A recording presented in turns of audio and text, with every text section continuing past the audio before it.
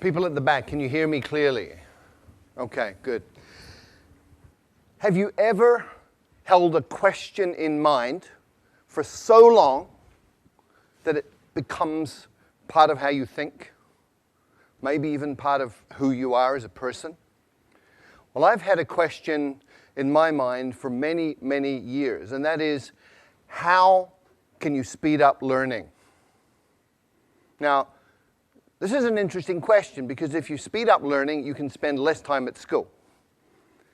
And if you learn really fast, you probably wouldn't have to go to school at all. Now, when I was young, school was sort of okay, but I found quite often that school got in the way of learning. So I had this question in mind, how do you learn faster? And this began when I was very, very young. When I was 11 years old, I wrote a letter to researchers in the Soviet Union asking about hypnopedia. This is sleep learning, where you get a tape recorder, you put it beside your bed, and it turns on in the middle of the night when you're sleeping, and you're supposed to be learning from this. Good idea. Unfortunately, it doesn't work.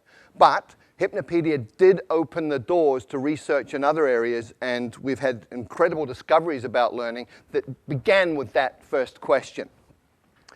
I went on from there to become passionate about psychology, and I have been involved in psychology in many different ways for the rest of my life up until this point.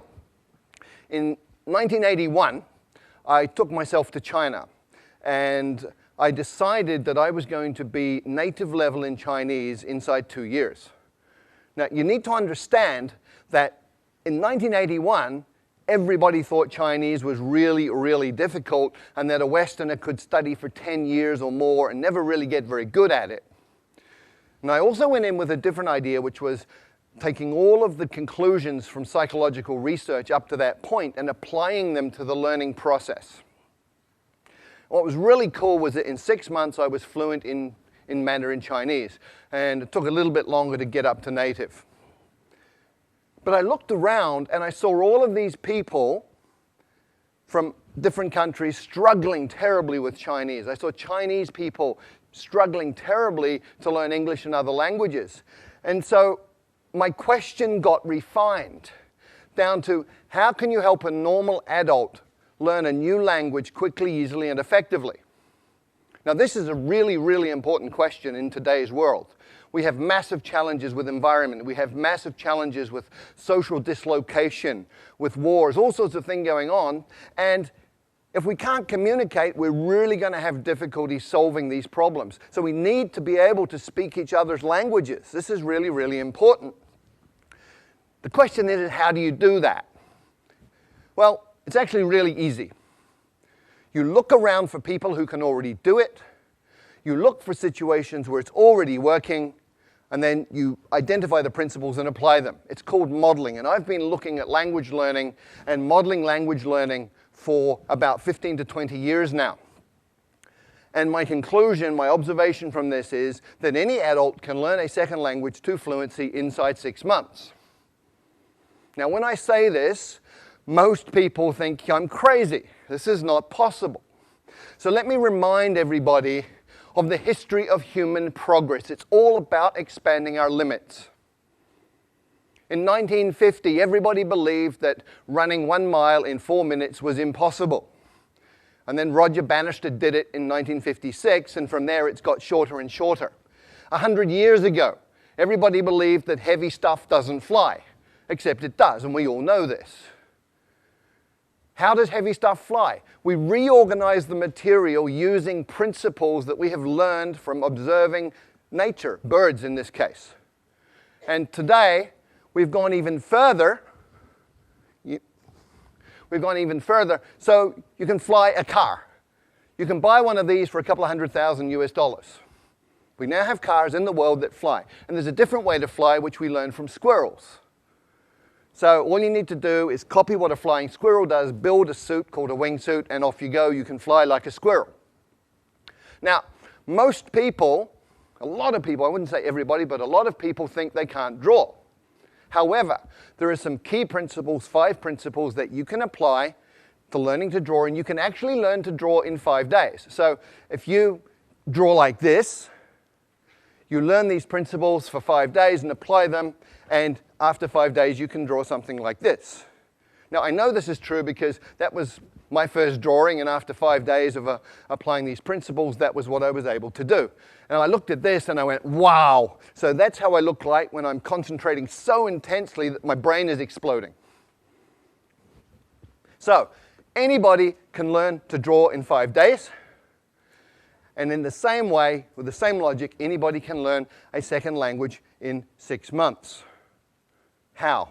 There are 5 principles and 7 actions. There may be a few more, but these are absolutely core. And before I get into those, I just want to talk about 2 myths. I want to dispel 2 myths. The first is that you need talent. Let me tell you about Zoe. Zoe came from Australia, went to Holland, was trying to learn Dutch, struggling extremely a great deal, and finally, people were saying you're completely useless, you're not talented, give up, you're a waste of time, and she was very, very depressed. And then she came across these 5 principles. She moved to Brazil and she applied them, and in 6 months she was fluent in Portuguese. So talent doesn't matter. People also think that immersion in a new country is the way to learn a language, but look around Hong Kong. Look at all the Westerners who've been here for 10 years who don't speak a word of Chinese. Look at all the Chinese living in America, Britain, Australia, Canada, who've been there 10, 20 years, and they don't speak any English. Immersion per se does not work. Why? Because a drowning man cannot learn to swim. When you don't speak a language, you're like a baby, and if you drop yourself into a context which is all adults talking about stuff over your head, you won't learn. So, what are the 5 principles that you need to pay attention to? First, there are 4 words. Attention, meaning, relevance, and memory. And these interconnect in very, very important ways, especially when you're talking about learning. Come with me on a journey through a forest. You go on a walk through a forest and you see something like this. Little marks on a tree. Maybe you pay attention, maybe you don't. You go another 50 meters and you see this. You should be paying attention. Another 50 meters, if you haven't been paying attention, you see this. And at this point, you're paying attention. And you've just learned that this is important, it's relevant, because it means this, and anything that is related, any information related to your survival is stuff that you're going to pay attention to, and therefore you're going to remember it. If it's related to your own personal goals, then you're going to pay attention to it. It's relevant, you're going to remember it. So the first rule, first principle for learning a language is focus on language content that is relevant to you, which brings us to tools. We master tools by using tools, and we learn tools the fastest when they're relevant to us. So let me share a story. A keyboard is a tool. Typing Chinese a certain way, there are methods for this. That's a tool. I had a colleague many years ago who went to night school Tuesday night, Thursday night, 2 hours each time, practicing at home. She spent 9 months, and she did not learn to type Chinese. And one night we had a crisis. We had 48 hours to deliver a training manual in Chinese. And she got the job. And I can guarantee you, in 48 hours, she learned to type Chinese because it was relevant, it was meaningful, it was important. She was using a tool to create value. So the second principle for learning a language is to use your language as a tool to communicate right from day one, as a kid does. When I first arrived in China, didn't speak a word of Chinese. And on my second week, I got to take a train ride overnight. I spent 8 hours sitting in the dining car talking to one of the guards on the train. He took an interest in me for some reason. And we just chatted all night in Chinese, and he was drawing pictures and making movements with his hands and facial expressions, and piece by piece by piece, I understood more and more. But what was really cool was 2 weeks later, when people were talking Chinese around me, I was understanding some of this, and I hadn't even made any effort to learn that. What had happened, I'd absorbed it that night on the train, which brings us to the third principle. When you first understand the message, then you will acquire the language unconsciously. And this is really, really well documented now. It's something called comprehensible input. There's 20 or 30 years of research on this. Stephen Krashen, a leader in the field, has published all sorts of these different studies. And this is just from one of them. The purple bars show the scores on different tests for language. The green and the purple people were people who had learned by grammar and formal study. The green ones are the ones who learn by comprehensible input. So comprehension works. Comprehension is key.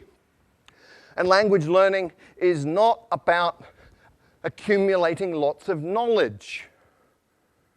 In many, many ways, it's about physiological training. A woman I know from Taiwan did great in English at school. She got A grades all the way through, went through college, A grades, went to the US, and found she couldn't understand what people were saying. And people started asking her, "Are you deaf?" And she was English deaf. Because we have filters in our brain that filter in the sounds that we are familiar with, and they filter out the sounds of languages that we're not. And if you can't hear it, you won't understand it. If you can't understand it, you're not going to learn it. So you actually have to be able to hear these sounds. And there are ways to do that, but it's physiological training. Speaking takes muscle. You've got 43 muscles in your face. You have to coordinate those in a way that you make sounds that other people will understand. If you've ever done a new sport for a couple of days and you know how your body feels, hurts, if your face is hurting, you're doing it right. And the final principle is state, psychophysiological state. If you're sad, angry, worried, upset, you're not going to learn, period. If you're happy, relaxed, in an alpha brain state, curious, you're going to learn really quickly. And very specifically, you need to be tolerant of ambiguity. If you're one of those people who needs to understand 100% every word you're hearing, you will go nuts because you'll be incredibly upset all the time because you're not perfect. If you're comfortable with getting some, not getting some, just paying attention to what you do understand, you're going to be fine, you'll be relaxed, and you'll be learning quickly. So based on those 5 principles, what are the 7 actions that you take? Number 1, listen a lot. I call it brain soaking. You put yourself in a context where you're hearing tons and tons and tons of the language, and it doesn't matter if you understand it or not. You're listening to the rhythms, you're listening to patterns that repeat, you're listening to things that stand out. So just soak your brain in this. The second action is you get the meaning first, even before you get the words. And you go, well, how do I do that? I don't know the words. Well, you understand what these different postures mean.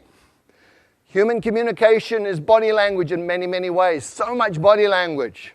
From body language, you can understand a lot of communication. Therefore, you're understanding, you're acquiring through comprehensible input.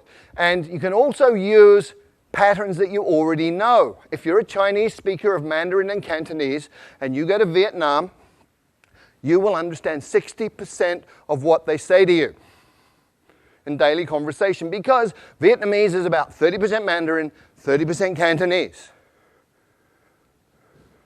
The third action, start mixing. You probably have never thought of this, but if you've got 10 verbs, 10 nouns, and 10 adjectives, you can say 1,000 different things. Right? Language is a creative process. What do babies do? Okay, me, ba, now. Okay, that's how they communicate. So start mixing, get creative, have fun with it. It doesn't have to be perfect, just has to work. And when you're doing this, you focus on the core. What does that mean? Well, with every language, there's high-frequency content. In English, 1,000 words covers 85% of anything you're ever going to say in daily communication. 3,000 words gives you 98% of anything you're going to say in daily conversation. You've got 3,000 words, you're speaking the language. The rest is icing on the cake. And when you're just beginning with a new language, start with your toolbox. Week number 1. In your new language, you say things like, how do you say that? I don't understand. Repeat that, please. What does that mean? All in your target language. You're using it as a tool, making it useful to you. It's relevant to learn other things about the language. By week 2, you should be saying things like me, this, you, that, give, hot, simple pronouns, simple nouns, simple verbs, simple adjectives, communicating like a baby. And by the 3rd or 4th week, you're getting into what I call glue words. Although, but, therefore, these are logical transformers that tie bits of a language together, allowing you to make more complex meaning. At that point, you're talking. And when you're doing that, you should get yourself a language parent. If you look at how children and parents interact, you understand what this means. When a child is speaking, it'll be using simple words, simple combinations, sometimes quite strange, sometimes very strange pronunciation. Other people from outside the family don't understand it. But the parents do. And so the kid has a safe environment, gets confidence. The parents talk to the children with body language and with simple language they know the child understands. So you have a comprehensible input environment that's safe. We know it works, otherwise none of you would speak your mother tongue. So you get yourself a language parent who's somebody interested in you as a person who will communicate with you essentially as an equal, but pay attention to help you understand the message. There are 4 rules of a language parent. Spouses, by the way, are not very good at this, okay? But the 4 rules are, first of all, they will work hard to understand what you mean, even when you're way off beat. Secondly, they will never correct your mistakes. Thirdly, they will feed back their understanding of what you're saying so that you can respond appropriately and get that feedback. And then they will use words that you know. The 6th thing you have to do is copy the face. You've got to get the muscles working right so you can sound in a way that people will understand you. There's a couple of things you do. One is you need to hear how it feels and feel how it sounds, which means you have a feedback loop operating in your face. But ideally, if you can look at a native speaker and just observe how they use their face, let your unconscious mind absorb the rules, then you're going to be able to pick it up. And if you can't get a native speaker to look at, you can use stuff like this. Sing, song, king, sung, hung. And the final idea here, the final action you need to take is something that I call direct connect. What does this mean? Well, most people learning a second language sort of take the mother tongue words and the target words and go over them again and again in their mind to try and remember them. Really inefficient. What you need to do is realize that everything you know is an image inside your mind, it's feelings. If you talk about fire, you can smell the smoke, you can hear the crackling, you can see the flames. So what you do is you go into that imagery and all of that memory and you come out with another pathway. So I call it same box, different path. You come out that pathway and you build it over time. You become more and more skilled and just connecting the new sounds to those images that you already have and to that internal representation. And over time, you even become naturally good at that process that becomes unconscious. So there are 5 principles that you need to work with, 7 actions. If you do any of them, you're going to improve. And remember, these are things under your control as the learner. Do them all. You're going to be fluent in a second language in 6 months. Thank you.